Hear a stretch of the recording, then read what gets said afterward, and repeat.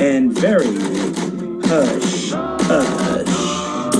Mr. Lee, for pointing out that no bank will lend money to a private business without a plan. I've made many a bank presentation in my time, and as you pointed out, was always required to present a clearly articulated plan on how the farm was going to spend those borrowed dollars.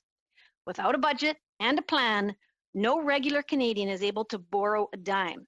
This government just seems so out of touch that they don't think those rules apply to them. And honestly, I have a tremendously hard time voting for C14 as is. Although Canadians continue to need support for what appears to be longer than any other G7 country due to the government's poor vaccine procurement, to greenlight $100 billion in consumption spending, as well as to increase the debt ceiling without a plan or a fiscal anchor in sight is just painful.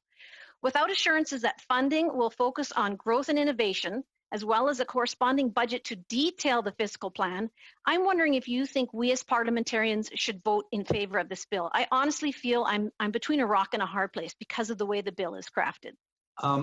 Ms. Jensen, thank you. I won't tell you how to vote. It would be presumptuous of me, but I do want to once again reiterate these norms. I've been fascinated all my life by British history and the constitutional evolution because my late father was a Brit, and I've studied this. And I mean, the budget was the idea of a budget. It goes to the dawn of the Westminster parliamentary system. It goes all the way back, literally 500-600 years to when they seized control from the crown, who insisted on saying, I'm in charge, you get lost, I'll do whatever I want. And they said, no. In a democracy, you can't do that. It's a tool of accountability. It's not some bureaucratic rule that's arbitrary. It's a tool of accountability and used for decision making. I mean, investors look at budgets. The credit rating agencies look at budgets. Professors do, voters do, journalists do. This is not some frivolous requirement.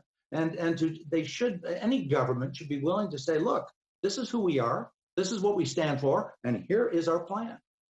Ms. Sirowitz, you'll get to wrap it up. Thank you so much, Mr. Chair. My question is going to be directed to Mr. Robson, but I just want to make sure that something else is on record around the budget. I don't want Canadians who might be listening to think that there's been a deliberate attempt by our government to not be transparent or accountable.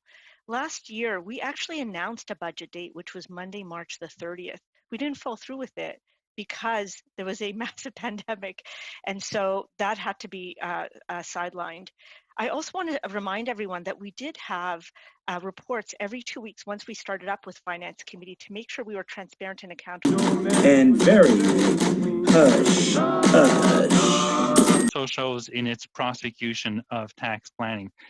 That being said, it may be bound by different legislation. I haven't done a comparative study of the legislation that applies to both jurisdictions, but generally speaking, that's what I would say, an approach that's less aggressive when it comes to prosecuting egregious taxes, cases of tax evasion. Thank you all. We know that Canada has had subpar results compared to our G7 partners. So in terms of income loss, job loss, and debt increases, as well, of course, as the largest increase in housing prices due to low interest, our COVID supports do not appear to have been particularly efficient. So with all that said, would you say that the current path of another $100 billion in stimulus appears wise? I believe Einstein said that the definition of insanity is doing the same thing over and over, but expecting different results. Shouldn't we be focusing on the government support on growth and innovation? That's an interesting question, and a question that could be a minefield too. So I'll answer in the following way. When the government indicated that it would spend $70 to $100 billion, it indicated it would spend that with a goal or a target of enhancing the economic growth, so economic stimulus. But when we released our own economic and fiscal outlook in September, we indicated that it would probably be not necessary to have that big of an economic stimulus over a three-year period, and that was in September. So I qualified that on a few occasions as potentially being too much and too late if the target or the objective is to stimulate the economy and return to the pre-pandemic levels of employment according to various indicators. If the government wants, on the other hand, to make structural changes to the economy, that's a different issue. That was in September. Since then, we have seen job numbers that are slightly better than we had expected back then. And we have also seen the US launch a massive stimulus campaign, of which Canada will benefit. So all that being said, $70 to $100 billion in economic stimulus might be more than is necessary to return to pre-pandemic levels. But again, if the plan is to make structural changes to the economy, that's a totally different discussion. Okay, so why do you think that this government is the only government in the G7 who hasn't managed to produce a budget? Is there something special about Canada that makes it impossible to produce one?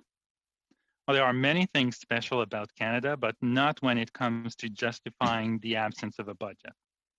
Okay, and you mentioned that it's good to have a borrowing buffer. However, you also said that the size of the buffer needed is up for debate. So in your opinion, is this current debt ceiling increase in Bill C-14 of over $650 billion in the absence of a budget and any idea of what the government's planning to spend on a reasonable sum? Well, it certainly provides lots of flexibility to the government to have that level of borrowing authority. It's probably more than what is absolutely strictly necessary from what we have seen so far, but it provides a very good buffer. Reasonable or not, again, I leave that in the very capable hands of members of this committee. Okay, thank you. And I pass it on to my colleague, Mr. Pat. Mr. Kelly. Go Mr. ahead. Kelly. Well, thank you, and I thank you for debunking. I think in your earlier testimony, the notion that Canada is at any risk of seeing American-style brinksmanship over borrowing authority. I mean, in a Westminster system, those kinds of impasses are solved through the concept of confidence in the government, and so we really, it's a nonsense argument in defense of having extraordinary or enormous debt ceilings. So, and I do want to ask a question about this and about the debt ceiling. Having a buffer that is so beyond any current or contemplated future need for borrowing really makes something of a mockery of the idea of having a debt ceiling. Why have a debt ceiling at all if the idea is that the ceiling should be so high that no such spending is contemplated? I mean, one has to conclude that there is either a plan to actually borrow the $600 billion, or there's really no excuse or reason to have it. So I'd ask for, in the limited time that's left, for a comment on the scope and scale of the debt ceiling increase. Well, I understand the question clearly, and I also understand it's probably a matter of judgment much more than a factual or facts. So I've provided you with my views on the ceiling, on the buffer, whether it's an unnecessary buffer or not. Different stakeholders will tell you different things. So that's why these decisions are best left in the hands of elected officials like yourselves than mere servants like me, to be perfectly honest. Okay.